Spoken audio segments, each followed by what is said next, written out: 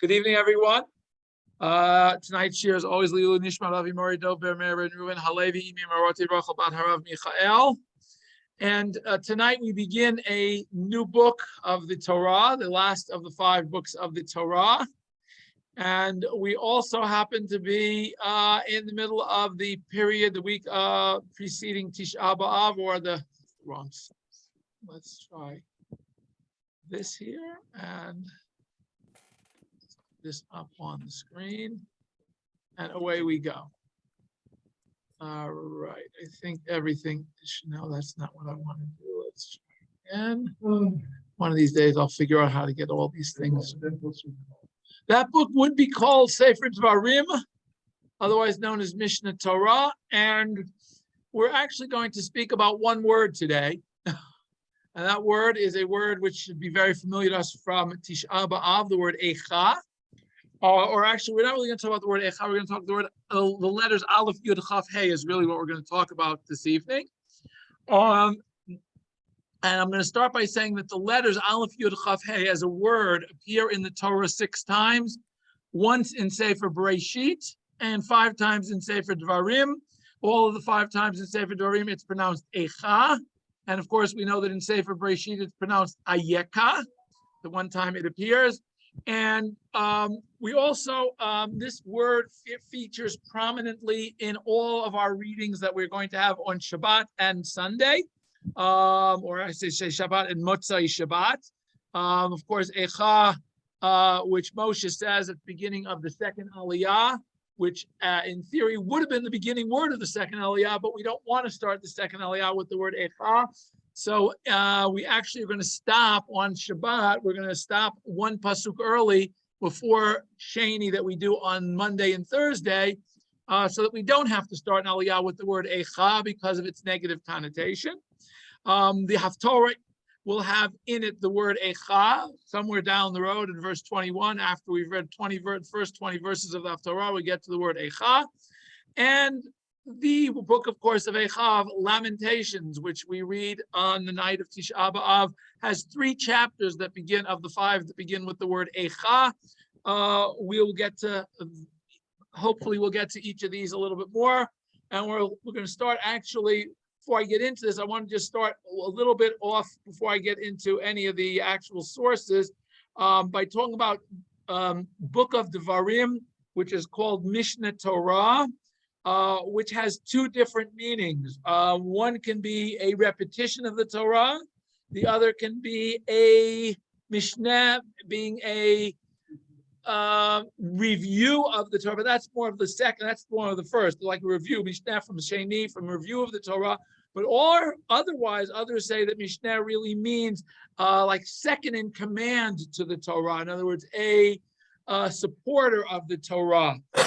So there are 2 ways of looking at that, and the machloket among the Rishonim exactly what is Mishnah Torah, because if we say that Mishnah Torah is only a repetition of the Torah, a review of the laws of the Torah, which there's certainly support for. There are many of the laws in Devarim which we've had previously in either Shmot, Vayikra, or Bamidbar. Actually, primarily Shmot and Bamidbar. Very little of the halachot of Vayikra, of Torah Kohanim, are repeated in Devarim, and the Parshanim all get into trying to understand that. But by the same token, the Parshanim also tell us that Sefer Devarim is different than all the other 4 books of the Torah, because the other 4 books of the Torah are Hashem is writing and Moshe is dictating and Moshe is transcribing. Whereas in Sefer Devarim, it's Moshe is suggesting and Hashem is approving. At least that seems to be a very generalized description. In either case, it's obviously Moshe being written with his Ruach Nevuah. Clearly, it's not just Moshe writing a novel, and Hashem saying, "Oh, okay, that sounds good. We'll let it go in." So it appears, at least from the Parshanut, that Moshe gets Sefer Devarim. It's a different level of communication with Hashem, so that yes, he gets it b'koach nevuah, but he's not literally writing Hashem's words. He's writing Hashem's ideas in his own words, or in his Hashem approved words, but not in exactly in Hashem's direct words. And we see that because most of Sefer Devarim is written in first person, Vayidvar Hashem Elai Lemor, as opposed to Vayidaber Hashem Moshe Lemor. And as a result, we have different ways of looking at Sefer Devarim, and that's for a whole different parsha. I just want to give that as a background, because when we get to the beginning of Sefer Devarim, where we have this word Eicha, this is Moshe actually complaining, not necessarily to the people per se, but even though he's referring to the people, your Chorach, your Mas, he's talking to the people now, but when he actually is going through this, because this is a review of what happened 40 years ago. So Sefer Devarim has lots of historical perspective, mitzvah perspective. A lot of it is Moshe's Musar to Bnei Yisrael. But I want to bring this concept of Eicha, of Moshe is seeing Bnei. So this is even though he's telling this at the end of the 40 years, he's really relating to them something that happened at the beginning of the 40 years. So that's just, I just want to put that in perspective by the fact that Sefer Devarim, and specifically parshat for him, is Moshe reviewing very, very briefly, for the most part, but in very great detail in some parts, events of the last 40 years. And one of the primary focuses of Parshat Devarim is the Chet of the Meraglim. And another one is, of course, the events of the 40th year, where Bnei Yisrael are finally traveling toward Eretz Yisrael and the conquest of Sichon and Og. But Parshat Devarim, at least according to our annual cycle, is always read on the Shabbat before Tisha B'Av, or on Tisha B'Av itself when Tisha B'Av falls on Shabbat, and the fast and the morning is pushed off until Sunday, as this year. And therefore, we're looking for connections between Sefer Devarim and Tisha B'Av because of that calendrical connection. Because if it were not specific, we wouldn't always read it exactly that way. But it's always read on the Shabbat before Tisha B'Av, or as I said, on Tisha B'Av itself. And the midrash that we're going to start with really makes this connection with this through the term Eicha. Okay, so this is from Eicha Rabbah, first parsha in Eicha Rabbah. We're going to go through parts of it, and we're going to skip through parts of it. But again, Eicha Yashva is the first two words of in the Megillah. Eicha Yashva Badad. How is it? How did it happen that Ha'ir Rabatiam, the city that was everybody was populated by a multitude of people, is suddenly Yashva Badad is sitting alone? How did it happen that Yerushalayim, which was this metropolitan city, is suddenly all alone? That's the question the Navi is asking at the beginning of Parshat of Megillat Eicha, and the Midrash is going to expound on that. It says, Shlosha nitnavu b'lashon Eicha. There are three prophets who use this language of Eicha. Moshe, which we've read in this week's Parsha, Yeshayahu, this week's Haftorah, Yirmiyahu, which we read in the book of Eicha. So these are the three prophets who use this lashon of Eicha. The reason that Moshe fits in is because it's in Sefer Devarim. You see, if it was in any of the other books, we wouldn't necessarily say that it was Moshe. We would say that it was Hashem's word. But here, because it's in Sefer Devarim, it's Moshe is choosing the words, even though he's getting, again, the concepts are coming from HaKadosh Baruch Hu, but clearly the words seem to be Moshe's choice. So again, it's Moshe is also uses this word Eicha. And as I just quoted the three psukim, Moshe says Eicha esalavadi, Yeshaya says Eicha italizona, Yirmiyahu says Eicha eshvavadat. So if we look at these three, there are three different stages of the Jewish people, and that's exactly what Rabbi Levi is going to say in the following. Rabbi Levi says the following: Mashal lematrona shahayu lash losha shoshvinim. That he compared, this can be compared to matrona. Literally means a matron, a matriarch, or a woman, a female figure, a mother figure. Shahayu lash losha shoshvinim, who had three confidants. Echad ra'a ota b'shalvata. One saw when she was peace and calm and fine. Echad ra'ata b'pachazuta. One saw when she was impetuous and acting perhaps inappropriately. And one saw her when she was downgraded and downcast and had already been basically thrown out. Okay, so now what does he compare? Moshe saw the Jewish people when they were at their height, right after Matan Torah. They had just left Egypt. They were at their height. This is before Chet HaEgel. And he said, nonetheless, says, he said, wow, it takes so much effort to manage this people because they're so wonderful. How can I manage? Yeshaya saw them in their impetuousness. The Amar Eicha Zonah and said, wait, how did it happen that the Jewish people became a Zonah? A Zonah, again, remember, doesn't always mean, even though we always think of Zonah as a harlot, Zonah means somebody who has strayed. In other words, they've strayed from their mission, whatever their mission was, but from Yeshaya's perspective, they have strayed from their mission. Yirmiyahu ro'otam b'nivulam, and Yirmiyahu sees them in their degradation. How is it that this people that was once great is now sitting in tatters, in ruins? Okay, so if we look at this midrash is telling us that the word Eicha seems to be connected to a vision of something that is gone astray. Even though Moshe sees them at Vodam, he's saying, Eicha, something is here. There's a problem here.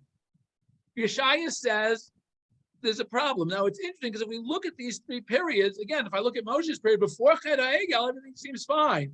But he can already see that there's a seed inside, there's a kernel inside, that something is happening, there's a potential for disaster here. Yeshayahu, if we look at the time, Yeshayahu also, outwardly, Bnei Yisrael seem, the Beis HaMikdash is functioning, they seem to be doing okay, but Yeshayahu is looking beneath the veneer, beneath the surface, and seeing that there's something is already starting to deteriorate. In other words, it's somebody who looks at a building and the building, it's doing fine, but you got to look in and see, wait a minute, the foundation is beginning to crumble, building isn't going to survive much longer. But you don't see that on the surface. The surface, the building looks fine.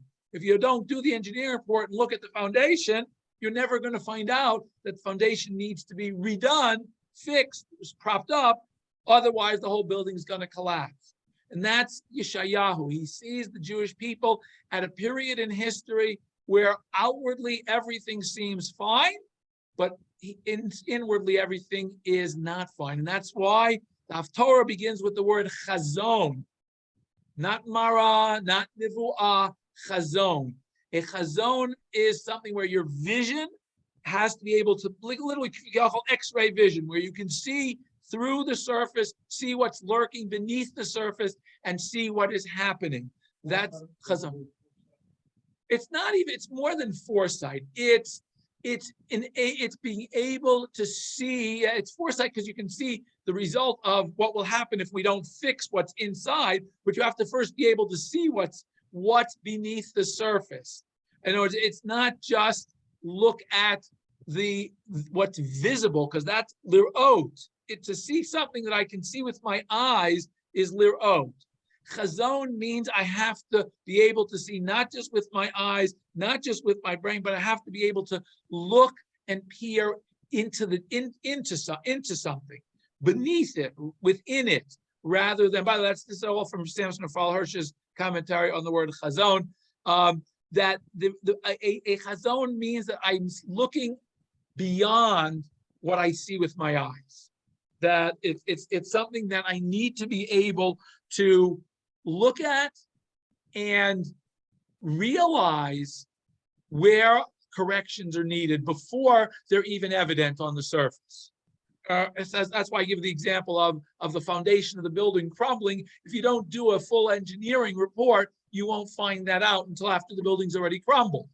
So that's chazon, means you have to have the foresight to be able to look at that direction, but you have to be able to see and not just gloss over it.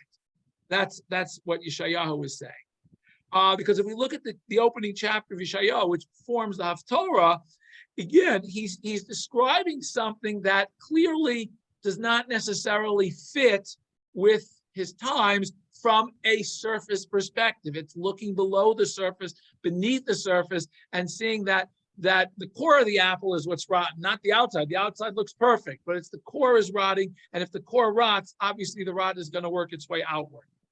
And Yirmiyahu, on the other hand, sees them already after the whole apples become rotten. The apples become so rotten that Hashem has basically thrown it away. He hasn't. Hashem hasn't thrown the Jewish people away, but he's thrown away their crutch. Interestingly enough, their crutch.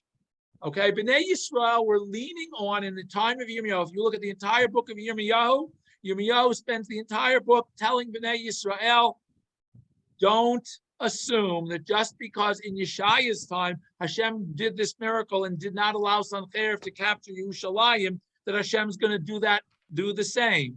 If you don't get your act straightened up, it's coming. The destruction is coming because you're relying on the temple as a surrogate for being righteous. If we go all the way back to the beginning, when Hashem chooses Avram, he says, why am I choosing Avram? Ki yadativ l'man asher yitzaveh et banav et beito acharav v'shamru derech Hashem lasot tzedakah umishpat.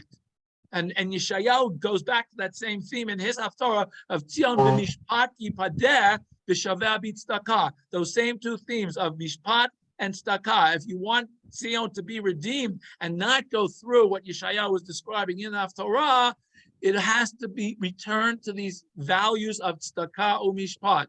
Not how from can you be, not how well can you, yes, I don't want to say the Shabbos, again, I'm going to go through this again. Not that Shabbos isn't important, not that kashrut isn't important, not that any of these other things are important. But without the tzedakah and mishpat, they don't have the same value. Yirmiyahu, in one of his prophecies, talks about the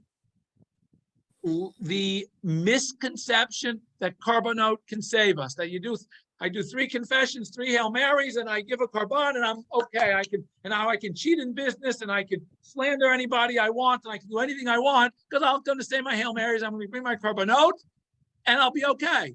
That's exactly not Judaism. Judaism, the Torah wants us, again, go back to the beginning, it's tzedakah and mishpat. That's the foundation. If we don't have tzedakah and mishpat as the foundation, doesn't matter how many stories you build on top of it of Shabbos, kashrut, korbanot, etc., etc., etc. It's not a building that can stand. It's not a relationship with Hashem that can stand the test of time.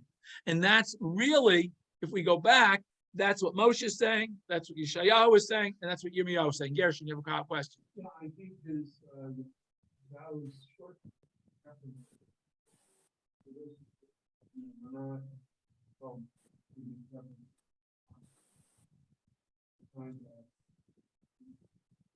Yeshayahu is always, Gershon's comment is that Yeshayahu's comments, tzedakah and mishpat, are always relating to the atom, the almanah, the underprivileged, the poor, and that's clear.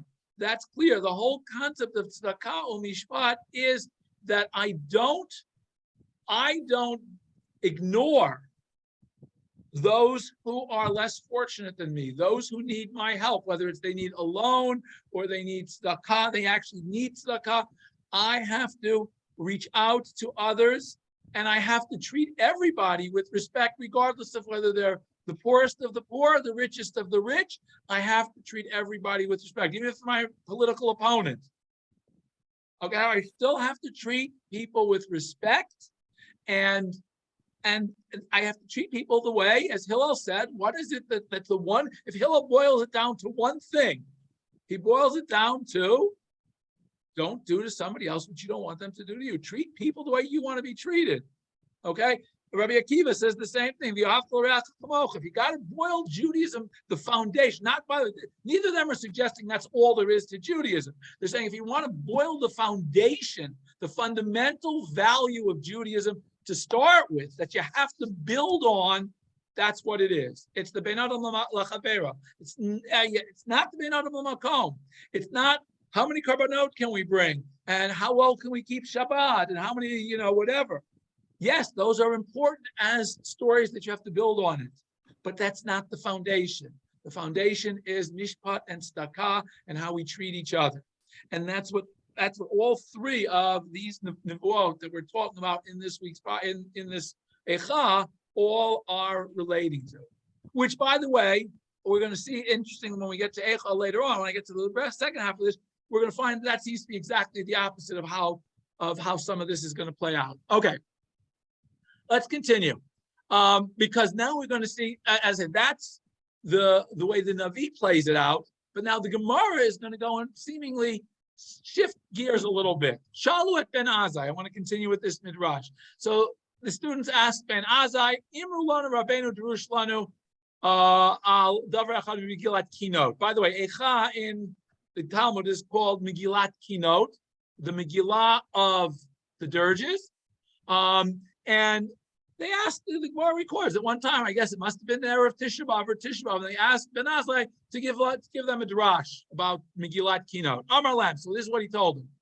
Lo galu Yisrael ad shekafru biyechudo shel olam ubemilah shenitna le'esrim dorot uve'aseret hadibrot uve'chamisha sifrei Torah minyan Eicha. The Jews were not exiled from Eretz Yisrael until they kafru. They denied Yehudo Shel Olam. They denied Hashem. So that's not what I'm just talking about. Yeah, I mean, it is, obviously, it is part of denying Hashem, because if we mistreat other people, we're saying, well, nobody's watching. It's okay. I can do whatever I want. I can cheat. I can be mean. I can be nasty to anybody I want because nobody cares. Nobody's watching. And I'm stronger than they are, so I can do whatever I want.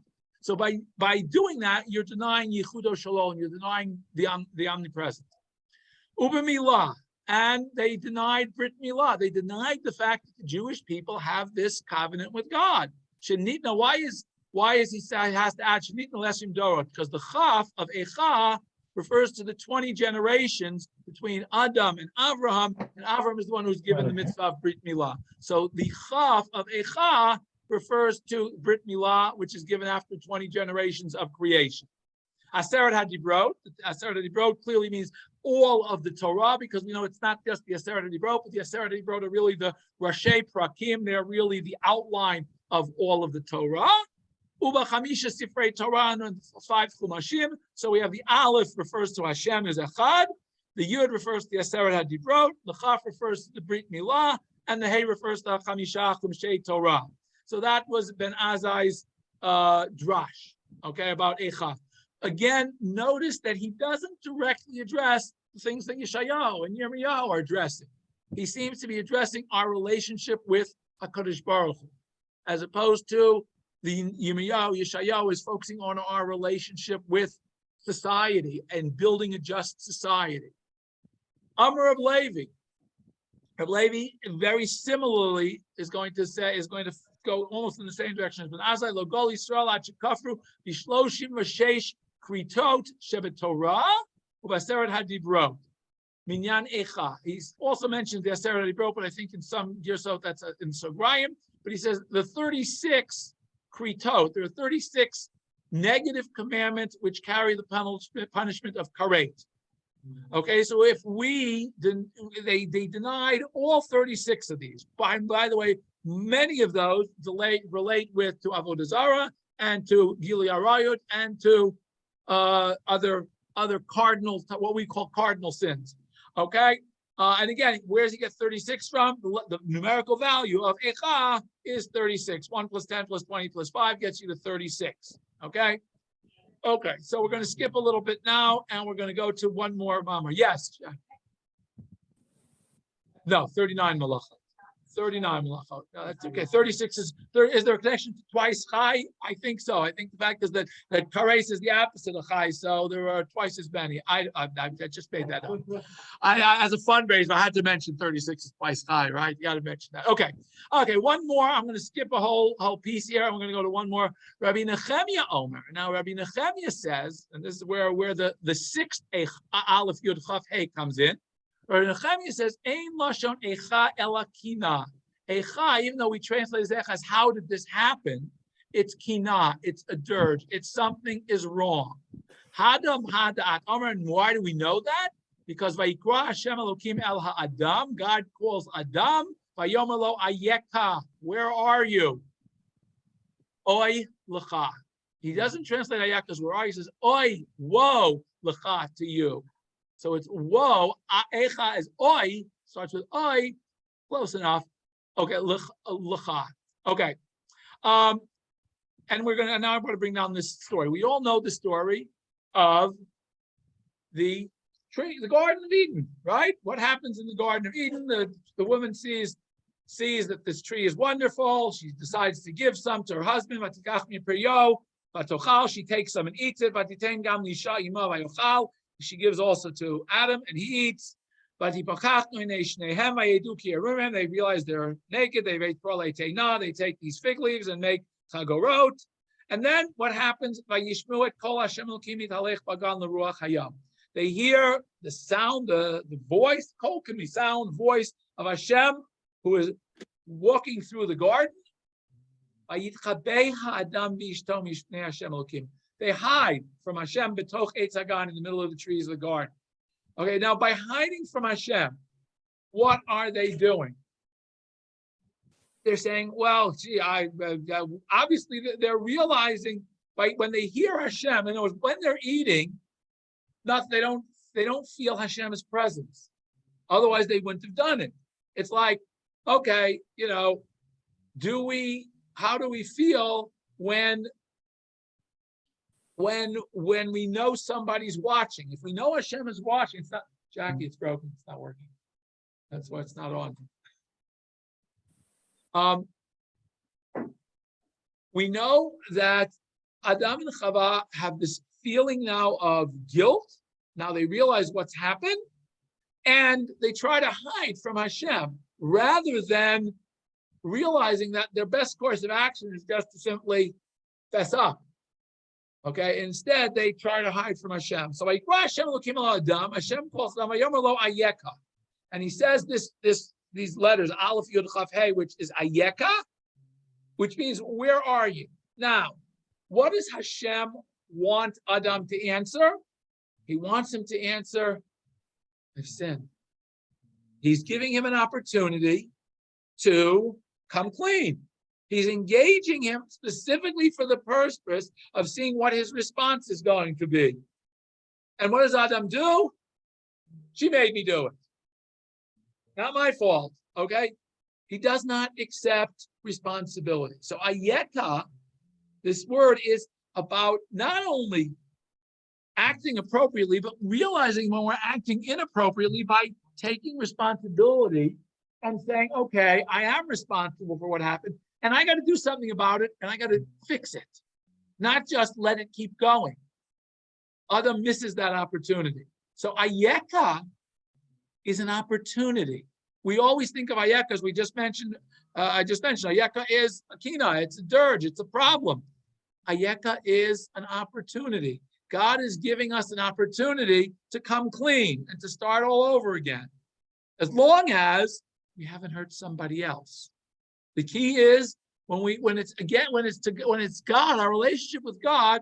God is always reaching out to us, say, "I'll give you another chance. I want you to have I want to have a relationship with you." Even when He destroys the Beit HaMikdash and the Jews end up in Bavel, God sends the Navi to the Jewish people and says, I'll be with them in Bavel. I'm going to go to Gulut with them in Bavel. I'll be with them. Don't forget me. Don't think I've forgotten you. I had to destroy the Beit HaMikdash because it was either that or destroy the Jewish people. So I destroyed the Beit HaMikdash so I could save the Jewish people. And we have to realize that when Hashem seems to be sending us what we would feel are as punishments, there are opportunities for us to get it right, to fix it, to start again, and rebuild and restart. So Ayeka, while we often think of it as Eicha, we think of it as problem, destruction, it's really opportunity for a restart. Even if that restart means we have to leave our home. We have to leave Eretz Yisrael and start again somewhere else till we get it right and we can come back to Eretz Yisrael. Gershom. The answer to that, and given honestly, is the first step of the 12-step program to Of course. restoration. Yes. Yeah. I mean, the 12-step program is clearly based on tshuva. Go to Rambam and he said the first step in any process of change is accepting the fact that you're not perfect, that you can improve, whether improvement means fixing something that's wrong or doing something better or differently. But in any case, it means I have to accept the fact that there is something I can change that can improve, make something better.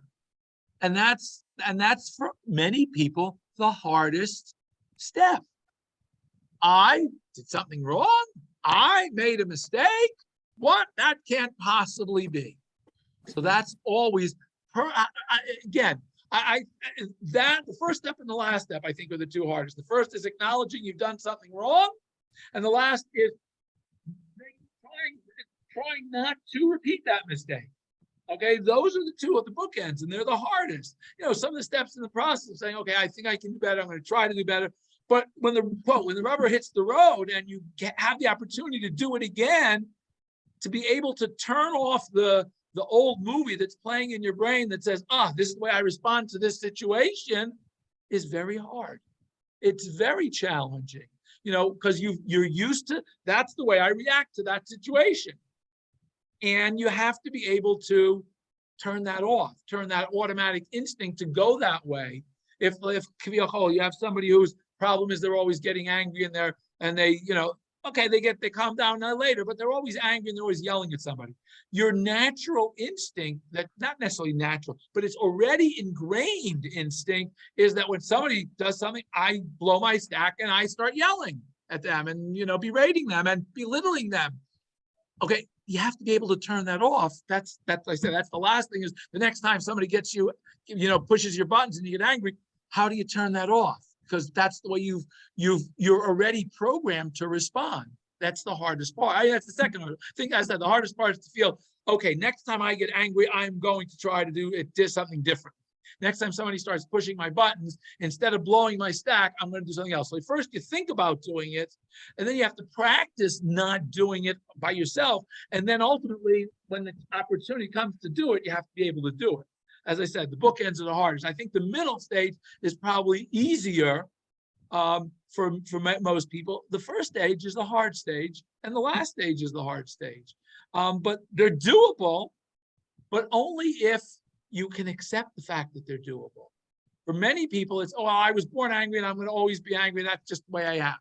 Okay, so you have to accept the fact that you can change. And that's, as I said, that's the challenge of Eicha or of Eicha, is there's an opportunity here to grow. I did something wrong. I've got to change something. There's an opportunity to grow.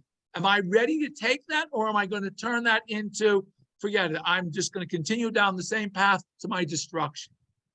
That's what's happening in Yirmiyahu's time. The people are firmly convinced that there's nothing wrong, that the Beit HaMikdash is going to protect them. God's never going to allow anybody to destroy his Beit HaMikdash. And their proof is because they're living 100 years ago. Sankerib just came. He conquered everything in sight in the whole Near East.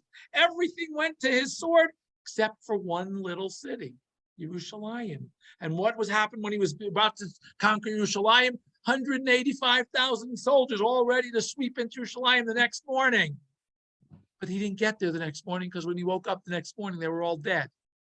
Whether it was a quote natural plague, or a quote what we could conceivably explain through scientific way plague, natural miracle plague, or a miraculous plague, doesn't matter.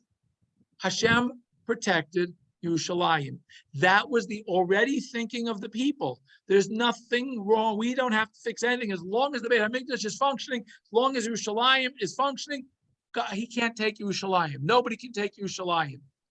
And they didn't believe, even as Nebuchadnezzar is sitting and besieging the city, they still don't believe that it's going to fall. They're still firmly convinced that God is miraculously going to save the city. And Yirmiyahu is telling him it's not going to work. It's not going to work. You have become so corrupt, you're not even willing to see it, that you're doomed. You're dooming yourself. So you're missing the opportunity to fix it, so that yes, Hashem will protect it, by assuming he's going to protect it and you don't have to do anything. This is a partnership. It's a relationship between the Jewish people and God. We want God to be on our side when our enemies are attacking us. We have to be on God. We have to have a relationship with God. And if we don't, not going to work. Okay. I wanted to go through I want to spend a little more time, but I see already my time is running shorter than I thought. But let's go through the other places where the word Eicha appears. And I wanted to contrast that with what we just talked about in terms of Eicha in Yeshayahu and Yirmiyahu, where they're talking specifically about how we treat each other, how we build a society on tzedakah and mishpat. And we're going to see that in Sefer Devarim, the word Eicha appears 6 times in all of the Torah, 5 times in all the Torah. Once Eicha is in Bereshit, but 5 times in Devarim, the word Eicha appears. And every one of them seems to be not necessarily related to in the same way that I just said. So we start with here. The first one is in Devarim Perek Zayin, where Moshe says the following: when you're going to be entering Eretz Yisrael, and you're going to be saying, "Wow, look at all these giant nations surrounding me. How will I be able to displace them and conquer this land?" Okay, so again, what are they asking by saying Eicha? They're saying, "How we can't do it, and if Hashem isn't with us, we can't do it." So Moshe is telling them, "Lo tira mehem, don't be afraid of them." Remember, if we don't doubt Hashem, Hashem has the ability to do this. It's not a problem. We know that Hashem can do it. And then he goes through all of these things that happen in Mitzrayim, but he says very carefully now, and this is where I think the Eicha connects, that Eicha, if we want Hashem, instead we don't have to ask how we're going to do this, we have to have Hashem on our side. That's what he says by Lo Tira Mehem at the beginning. But here he says, you have to understand that once we conquer them, once you've conquered them, you have to destroy all vestiges of them. Any idols, you have to burn. Don't say, "Okay, I'll burn the idol, but I'll keep the silver and gold and I'll melt it down and make it something else." No. Pentiva Keshbo, you will be caught up in the snare of the Avodah Zarah. Ki to'avad Hashem Elokechahu. Okay, so this whole chapter where Moshe starts with this word Eicha, how am I going to conquer the land, ends with warning about adapting the minhagim, learning from the Avodah Zarah of these people. Now, again, I can tell you that you'll notice it ends with Ki to'avad Hashem Elokechahu. It's an abomination. We know that there are other things that are called To'avat Hashem that relate to incest, that relate to other types of deviant sexual behavior, and that relate to mistreatment of others, of those in society who are others. But here, in the literal meaning of the text, it's referring to Avodah Zarah. So that Eicha is primarily here. If you want this to be successful, you have to have a relationship with Hashem to the exclusion of all Avodah Zarah. Okay? We're going to find that theme again. Okay? Right here. Okay? Again, in Sefer Devarim. After you've succeeded in defeating these enemies, you're going to inherit their land, and you'll dwell in this land. Again, be careful that you don't search after them after you've destroyed them. Don't go looking through their relics and through their history and trying to understand what their religion was. Don't look for any information about their idols by saying, how could it be that these nations worship these gods and I will do the same? So again, Eicha connected here again to Avodah Zarah, just like we had in the citation above. Here it's directly related to Avodah Zarah. That I'm saying I want to learn from Well, I have an opportunity to learn from the inhabitants of the land before me. That's an opportunity you don't want to take. We have to have lo taseken l'Hashem Elokecha. Again, he told Toavad Hashem asher sanei asulei lo ayam. Okay? Now, interestingly enough, here it adds one of those toivot, which I didn't mention above specifically because I know it was mentioned here. He gamet ne'emet b'notehem yisfifu bo eish lo ayam. So we were talking before about abominable practices in terms of idolatry, but one of the things they did as part of their idolatrous rites was child sacrifices, human sacrifice, specifically their children. Okay, so again, we have this concept here. We've expanded it beyond Avodah Zarah now, because Avodah Zarah is only, okay, I take a piece of wood and I bow down to it, or I say, okay, God, I'm going to make a representation of you and I'm going to bow to it. Just as much Avodah Zarah as thinking the idol is itself God, as saying, okay, I'm going to make a representation of God. But once we start adding other people into the mix, we start adding children into the mix or human sacrifice into the mix, we've now added a different level of other people. So again, this is already an allusion to this lack of tzedakah and mishpat, but it's also, again, primarily focused on Avodah Zarah. Yes, Gershon. Well, we know that that's not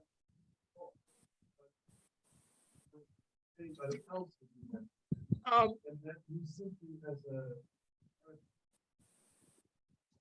It's used here, but again, as I said, it specifically connects the word to'ava to this idolatrous rite, okay? Which is not, as I said, not just worshiping an idol, but it's utilizing another human being to help worship that idol and taking the human being's life, okay? So it's not just idolatry, it's now idolatry plus murder. Whereas some of the other idolatrous rites were generally idolatry plus immorality, this one specifically was idolatry plus murder. Okay, whereas many of the other idolatrous rites were idolatry plus some type of sexual depraved behavior. Okay, one more. Here again, okay, I'm sorry. No, okay, here we're talking about the parshat of Hashem telling Bnei Yisrael that they should not listen to sorcerers, necromancers, etc. Navi mikirbecha me'achecha kamoni akim lecha Hashem lekecha left tishmon. This your Hashem will have a Navi that will tell you, give you direction, like you asked when we were standing at Har Sinai.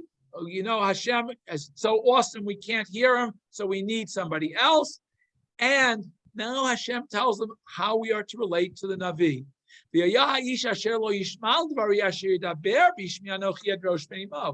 When I send a Navi with a message to you, the Jewish people, you have to listen to them. If you don't, I will take his side and I will, at Rosh Me'imo, I will, from the person who doesn't want to listen to the Navi, I will be the one who will take retribution from him.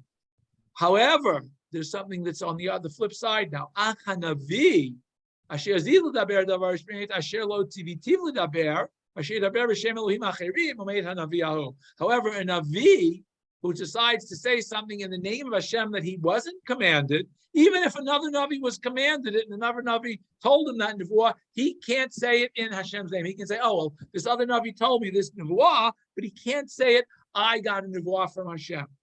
Because he didn't. His friend may have gotten the nevuah from Hashem, but he didn't.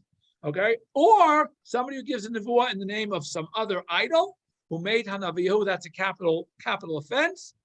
Now we go, and if you the person who's listening to the two Nevi'im, how do I know which one's the right Navi and which one is the false Navi? Very, very prominent question asked in the time of Yirmiyahu. Because Yirmiyahu is clearly telling people, if you don't change your ways and fix your ways, you are going to be destroyed. Whereas all the other Nevi'im are saying, no, Hashem's going to save us. The Beit HaMikdash is still here. Hashem's ready to save us. We're going to, not a problem. How do we know? How do we know which Navi is the true Navi, which Navi is the false Navi? How are we supposed to know? Again, Eicha, how do we find this out? So again, if the Navi says something in Hashem's name, which is something that we can't possibly do, in other words, if the Navi tells you to do something that is clearly against the Torah, such as engage in murder, engage in immorality, engage in idolatry, you know that this is not a Navi who is telling you in the name of Hashem. So again, Eicha here in the context of the Navi Sheker, Ezra, lower, it's in the context of the Navi Sheker, again, relating to the Navi telling us to go worship Avodah Zarah. So again, we see that Eicha seems to be connected, as I said, not to necessarily the Tzedakah Mishpat, but to the Avodah Zarah here. And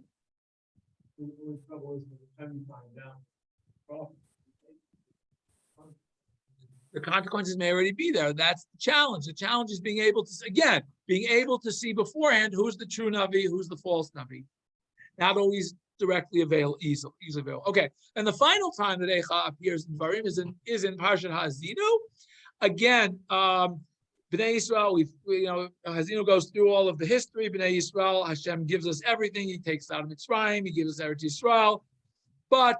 And then we rebel against Hashem. So Hashem says, I'm going to hide my face from the Jewish people, and we'll see what happens to them. They're a corrupt generation. Their sons don't trust them, and then et cetera, et cetera. But here we have the thing. If anybody would stop and think, they would understand this. They would be able to understand this very clearly. How is it possible that one, here he's losing this very metaphorically, that one person can chase 1,000 in a war, and two can chase away 10,000? Again, so how can a small, minimal army defeat a huge army? Unless their protector had sold them, Hashem iskiram, and Hashem has push them aside. So it works. This is actually a double-edged sword, because if we look in the Tochacha and Sefer in Parshat Bechukotai, we have one pasuk that says with the bracha right before that when we are following the mitzvot, one of us will chase, 5 of us will chase 100, and 100 will chase 10,000 or something like that. I don't know the exact numbers because I didn't bring the pasuk down. But the Tochacha says the exact opposite, that they will. Again, 5 of them will, if we don't follow Hashem, it'll be exactly the opposite. Moshe is referring very clearly to that right here. And again, in the concept of us rebelling against Hashem. But here, the rebellion is not only Avodah Zarah, but here it's turning our backs on Hashem by thinking that we have done it all ourselves. Vayishman Yeshur and Vayivak. We became rich on our own. We have all these wonderful resources that we did it all. Nothing that Hashem gave us do we appreciate. We turn our backs on Hashem, and we start becoming less willing to share with others. So here, perhaps, again, there's a connection back to the way the Nevi'im look at the word Eicha as relating to much more to a social justice than to an Avodah Zarah perspective. But as I said, this one really has both in it. It has Avodah Zarah in it, and it has also the concept of social justice. But also, if we think about it, as I said, from a very, very broad perspective, and we go back to even to Avram Avinu, of this concept of tzedakah and mishpat, the whole concept of tzedakah or mishpat, of serving Hashem by social justice, is not doing social justice because we want to have an honest side. It's because we are doing it because Hashem has commanded us. So we have to understand that, yes, we want to build this, our foundation of the Jewish people on tzedakah or mishpat. But again, it's not tzedakah or mishpat that we articulate. It's the tzedakah or mishpat that Hashem has articulated in His Torah. And that is why understanding the Torah, understanding what Hashem expects of us, is a critical component of being able to undo all of this. So it's not just respecting people, it's respecting people because that's what the Torah wants us to do. And there are cases where we have to realize how to deal with people who are not worthy of respect. Okay, we have to treat them with certain respect and dignity, but at the same time, we might have to carry out punishments as a court, as a society, not as individuals, not as vigilantes, but a society has to be able to control those forces within it that are destroying the fabric of society. It's not enough for the individual to do that, because the individual can't do that. That's the concept. That's where we have to have a society built on tzedakah u'mishpat. And that's why living in Eretz Yisrael and building a society in Eretz Yisrael is a critical component of the Torah. Without that, when we're living in Galut, we aren't the ones calling the shots. So we can't, while we as individuals certainly can respect each other, respect other people, and not go around cheating other people and treating them, and yes, treating them the way we'd like to be treated, the way they should be treated. We are not controlling the society where we can remove those people from society who need to be removed from society and have their abuses curb. That's one of the keys of establishing a Jewish Torah society. Okay, I wanted to spend a couple very brief minutes on the Megillah Eicha itself, just a couple of psukim, and wanted to just share some of Yirmiyahu's imagery in the last couple of minutes. I just want to take a couple of minutes to just briefly go through the few psukim in the first chapter. It's interesting because the first pasuk of Eicha, again, Yirmiyahu begins with Eicha Yashvavadat. How is it that it's solitary? Hayta ke'almana. A very interesting imagery is brought up here. The city is like an almana, is like a widow. What does that mean? A ke'almana. Why not? Haysa almana. It's an almana. It's widow. It's lost all of its relatives, all its family. But ke'almana means even worse. It's even worse than an almana, because almana at least understands that we're mortal. We go on. Life goes on. We're not going to live forever. Whereas here, Yerushalayim is supposed to be the eternal city. It's supposed to be something that can continue on. Here, it's been totally destroyed. So its ke'almana is even stronger. It's even worse because it was not expecting to ever lose this status. So the city itself is in mourning, which is worse than the normal mourning that a person goes through when they've lost somebody who they knew they were going to lose, as opposed to here where they didn't expect that. Another very, very powerful imagery is here. The tears are still on the cheeks. When are your tears on the cheeks? When you don't even have the energy to wipe off the tears. You're so exhausted from the tragedies, from the tribulations. Again, very, very powerful imagery that Yirmiyahu is using to describe the tragedy. What's what I'm trying to think of? The catastrophe is what I was looking for. We have to understand one of the biggest challenges of Tisha B'Av for those of us who never witnessed the Beit HaMikdash, never saw Yerushalayim at the time of the Beit HaMikdash. We have to imagine how it felt. It's very similar to trying to imagine ourselves. On the other hand, how are we to imagine like you were a slave in Egypt? One of the challenges of Tisha B'Av is realizing what we are missing, realizing the great catastrophe of not that the Beit HaMikdash was destroyed. Again, no, I'm echoing Rav Samson Fall Hirsch's words. We're not mourning that a building was destroyed. We're mourning that it had to be destroyed to save the Jewish people because of our corruption. And secondly, as the Gemara says, that every generation where it hasn't been rebuilt, it's as if it's being destroyed, that we haven't figured out yet how to fix the Jewish people, how to fix our society so that we can merit the rebuilding of the Beit HaMikdash. We have to read through Eicha to get a sense from Yirmiyahu of what we're missing in order to really be able to understand and as a result of that understanding, strive to undo what was done so that we can re-experience the Beit HaMikdash. And I think that as we go through the 9 days, as we go through Tisha B'Av, we really have to try to internalize that message that, yes, it's about, as we talk about the first Beit HaMikdash was destroyed because of shvichut damim, murder, idolatry, immorality. They didn't keep Shemitah, all these other wonderful things that they didn't do that they should have been doing. But the second Beit HaMikdash, the primary reason given in the Gemara is sinat chinam, that we, the Jewish people, couldn't get along with each other. We were so busy infighting that we destroyed ourselves. The Romans just came in and cleaned up and mopped up the scene.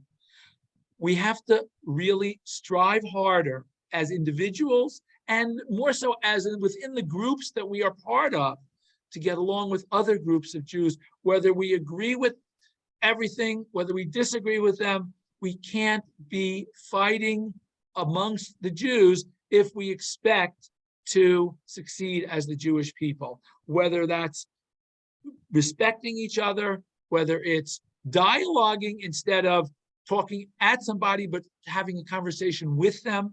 And that's true, as I said, on the individual level, on a societal level. And when we're able to understand that lesson, we will be able to undo the tragedy of Tisha B'Av and we'll be zocheh to Gula Shlema b'mheira v'yameinu. Questions, comments, and feedback at this point in time? Anybody?